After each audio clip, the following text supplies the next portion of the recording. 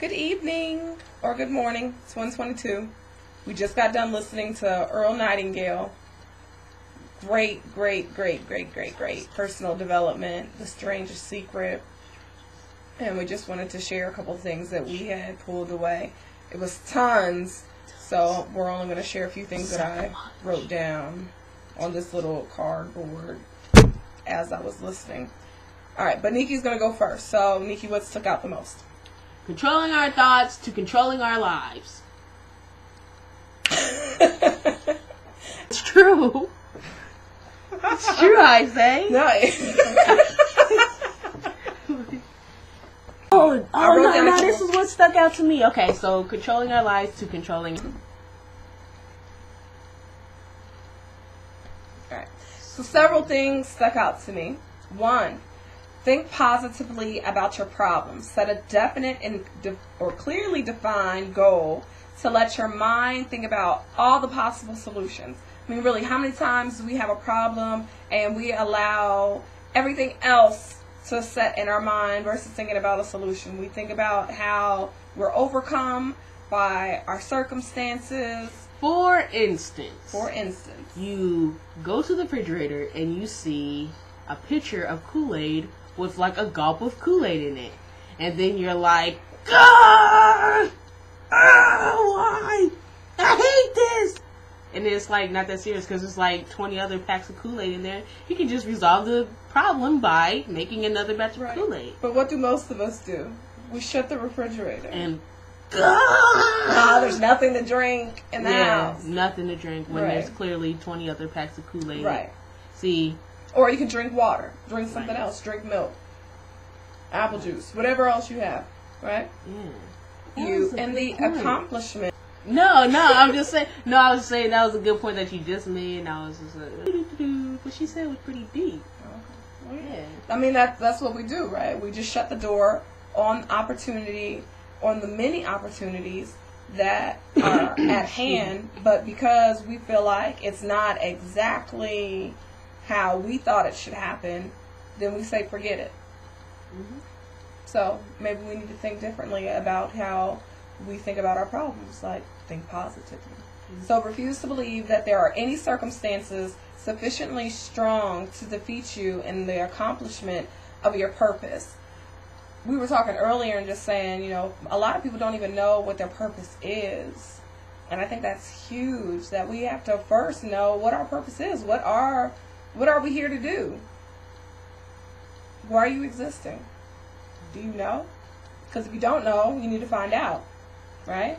And Niki was saying that her purpose was to live a life for Christ. So whatever it is, your purpose, say that again. Refuse to believe that there are any circumstances sufficiently strong enough to defeat you in the accomplishment of, you fill in the blank.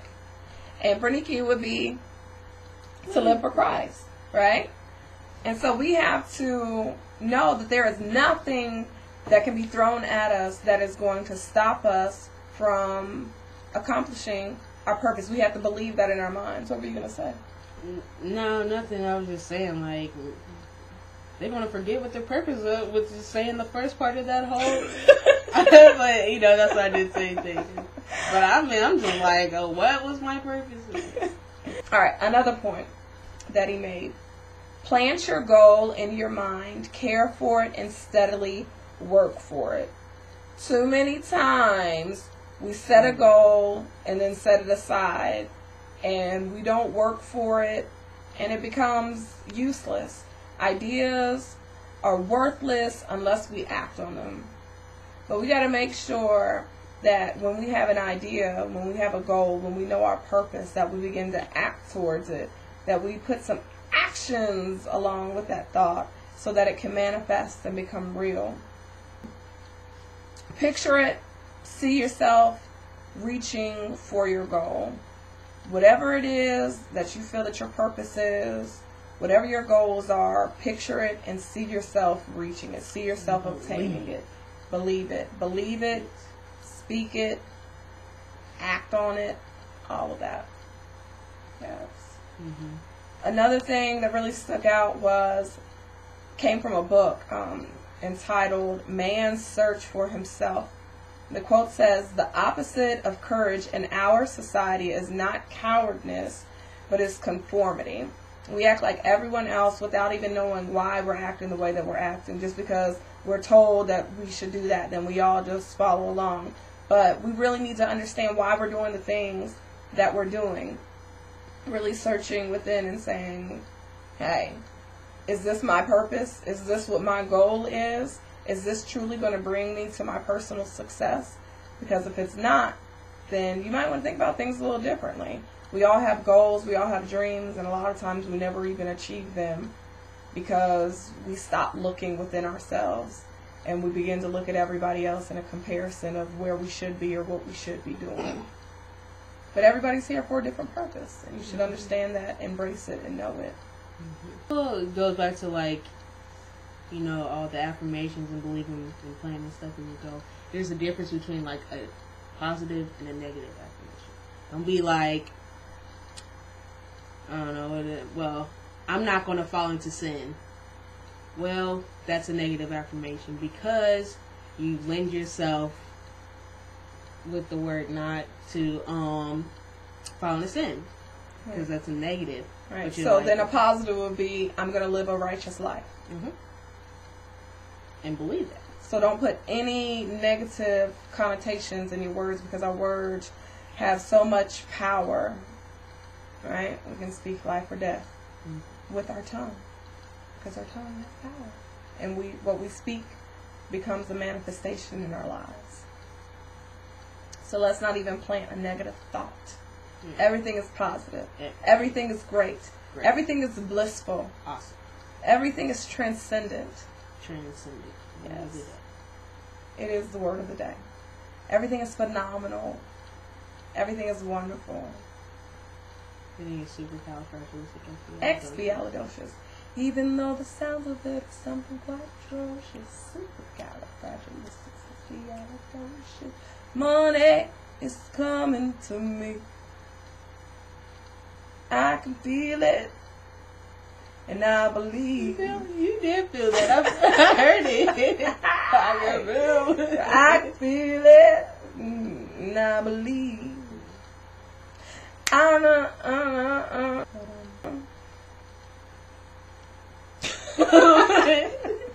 That's that. I forgot the word that quick. About the other topic. Oh, okay, which one? You know what we're talking about. Okay. Creating false realities, right? You're actually going to hell. It's much deeper than that, but I'm just saying that's how deep I'm getting. Or it's like hypochondriacs, or people who continuously say that they're sick or they have some type of ailment, and it's really them just creating it in their minds. I do that all the time. It's like this. We cannot escape the truth. So whatever our thoughts are, whatever we decide we want to speak, it needs to align with the truth. It can't be a lie. Because if it is a lie, when we speak it, though things may begin for a time period or to fall in place, the way that we speak it, because we're not speaking truth, it's going to fail. At some point, it's all going to crumble. Mm-hmm. And so we need to make sure that the thoughts that we are thinking align with the truth if we truly want to prevail and not get to a place where we're at this fallen place or everything that we have worked towards comes to ruin. And I think really that becomes the difference between creating a true reality versus creating a false reality of saying, is this truly something I believe, or is this something that I'm just going with for the moment?